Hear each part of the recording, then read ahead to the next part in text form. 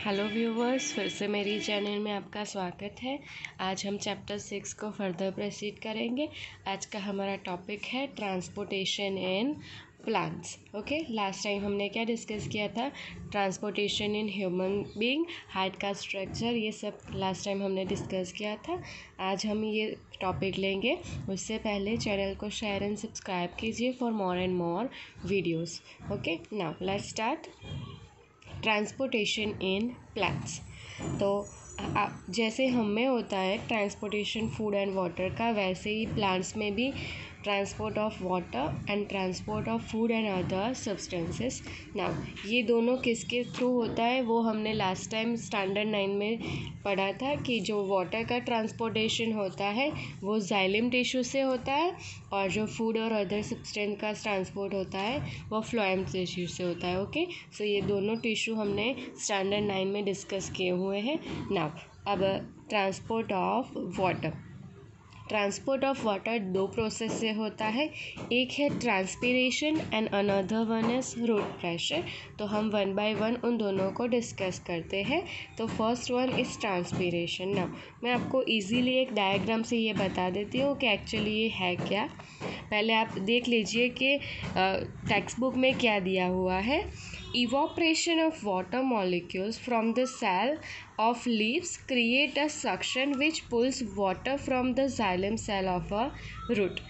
यहाँ पे क्या बोला है? Evaporation of water molecules from the cell of a leaves. यहाँ पे देखिए मैंने एक डायग्राम ड्रॉ किया है। यहाँ पे कोई लीफ होगा तो उसमें से वाटर का क्या हो जाएगा? लॉस, यानी कि क्या होगा? इवोपरेशन।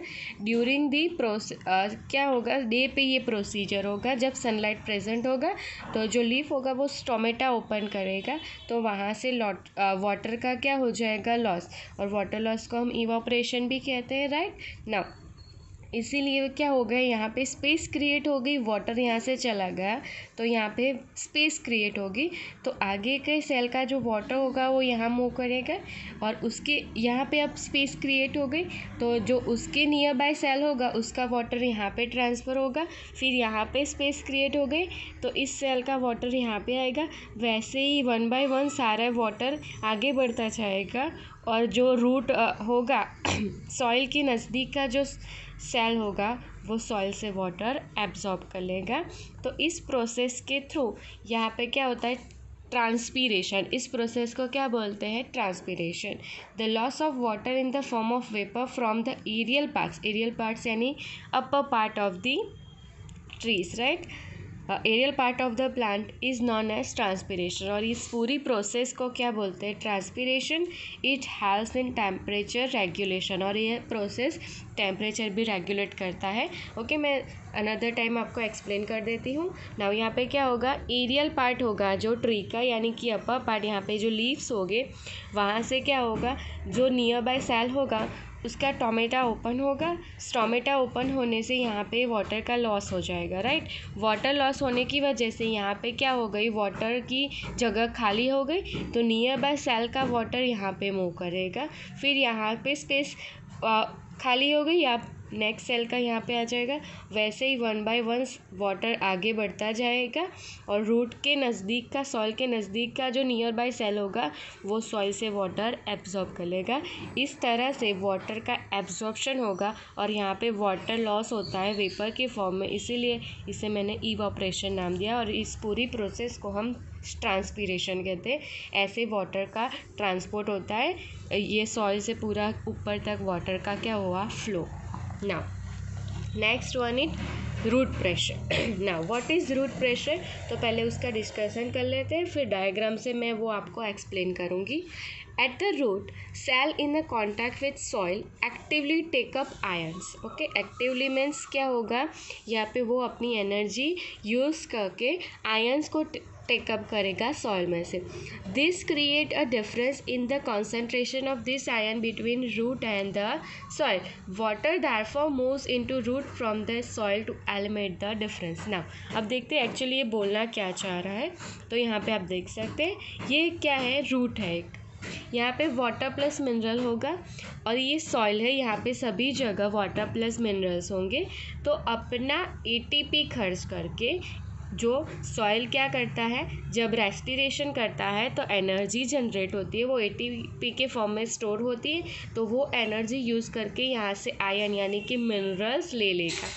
तो आप देखेंगे कि रूट में मिनरल ऑलरेडी प्रेजेंट था और यहाँ से उसने एक्टिवली यानी यूजिंग एटीपी कुछ मिनरल्स ले लिए, तो रूट में वाटर था और मिनरल का कंसंट्रेशन बढ़ गया।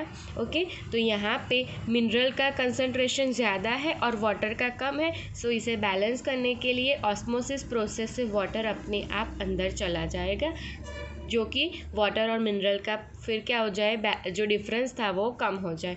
यही यहाँ पे बोला है। देखिए आप, at the root cell in a contact with soil actively take up ions, right. तो जो सेल सॉइल के कॉन्टैक्ट में होंगे वो आयन को टेक करेंगे एक्टिवली यानी एटीपी करके। This create a difference in concentration of this ion between root and soil, या इसी वजह से रूट और सॉइल में क्या हो गया, डिफरेंस हो गया किसका, आयन्स का।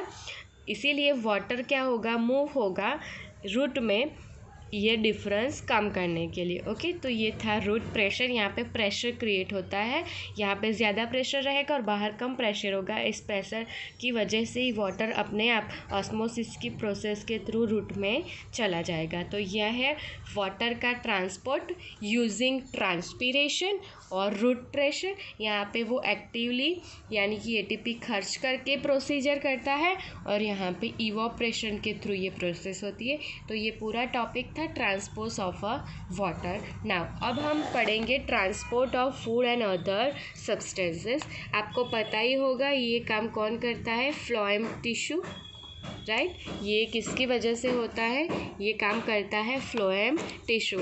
जो दूसरा काम था वाटर का ट्रांसपोर्ट, वो था जाइलम टिश्यू। नाउ इस प्रोसेस को ट्रांसलोकेशन भी बोलते हैं। ओके, नाउ ट्रांसलोकेशन की पहले डेफिनेशन देख लेते हैं।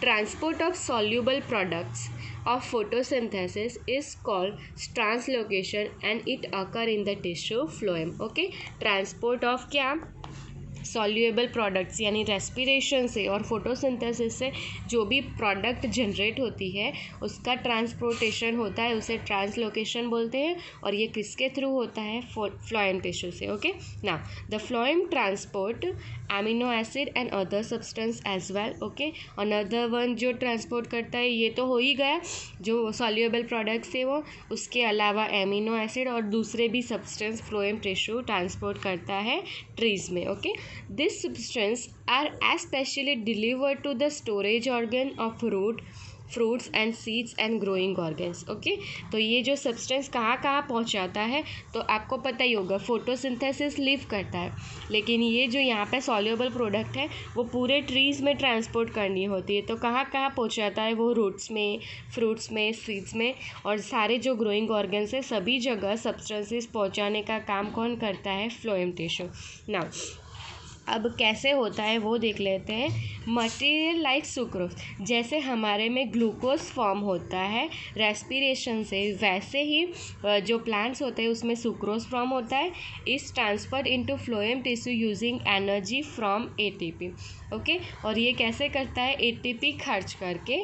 This create osmotic pressure causing water to move from xylem to phloem. पहले आप ये पूरा देख लीजिए, फिर मैं डायग्राम से आपको एक्सप्लेन करूँगी। So in phloem creates high pressure due to which material moves toward less pressure. This allow the phloem to move material according to plants of needs. Okay, यहाँ पे देख लेते हैं। यहाँ पे देखिए, यहाँ पे फूड प्रिपेयर हुआ लीव से, तो फ्लोएम टिश्यू क्या करेगा, यूजिंग एटीपी ये फूड यहाँ पे हो गया। तो आप देख सकते हैं यहाँ पे मैंने एस लिखा है, एस का मीनिंग है सुक्रोज। यहाँ पे फूड जो था सुक्रोज नाम दिया है इसे, ये एटीपी खर्च करके फ्लोएम टिश्यू में चला गया। नाम आप देख सकते हैं फ्लोएम टिश्यू में सुक्रोज का कंसंट्रेशन बढ़ गया और वाटर का कंसंट्रेशन कम है, और near by he xylem tissue होगी जहाँ पे वाटर का कंसंट्रेशन बहुत ज़्यादा होगा। तो आपको पता ही है कोई भी जो होता है लिक्विड वो क्या करता है, तो हाई प्रेशर वाले एरिया से लो प्रेशर वाले एरिया में जाता है। तो यहाँ पे जो वाटर होगा वो फ्लोएम में मूव होगा। तो यहाँ पे फ्लोएम टिश्यू में सुक्रोज और वाटर का कंसंट्रेशन बहुत ही ज़्यादा बढ़ गया, इसलिए हाई प्रेशर क्रिएट हो गया। तो कोई फ्लोएम में जगह ऐसी भी होगी जहाँ पे लो प्रेशर होगा, तो ये जो पूरा मिक्सचर है वो कहाँ पे लो प्रेशर वाले एरिया में चला जाएगा और वहाँ से प्लांट्स को जहाँ भी नीड होगी वहाँ पे सप्लाई हो जाएगा। फिर एक बात देख लेते हैं, देखिए material like sucrose is transferred into phloem using energy, okay, from ATP. ATP से सुक्रोज कहाँ पे चला जाएगा, फ्लोएम में। इससे लिए क्या होगा, ऑस्मोटिक प्रेशर क्रिएट होगा जो वाटर को मूव करेगा जाइलम टू फ्लोएम में। जाइलम में पूरा वाटर होगा और फ्लोएम में सुक्रोज होगा, तो वाटर कहाँ पे चला जाएगा, फ्लोएम में। सो इन फ्लोएम क्रिएट हाई प्रेशर, वहाँ पे हाई प्रेशर क्रिएट होगा और जो जहाँ पे लेस प्रेशर होगा मटेरियल वहाँ पे मूव हो जाएगा और ये जो मटेरियल है सुक्रोज और वाटर का वो नियर बाई जो प्लांट की नीड होगी वहाँ पे सप्लाई हो जाएगा। तो ये है ट्रांसपोर्ट ऑफ अ फूड, जिसको हम बोलते हैं ट्रांसलोकेशन भी कहा जाता है। तो ये था transportation in plants, transport of water using xylem and transport of food and other substances using phloem tissue. I hope you like video. Channel को सब्सक्राइब एंड शेयर कीजिए। Thank you.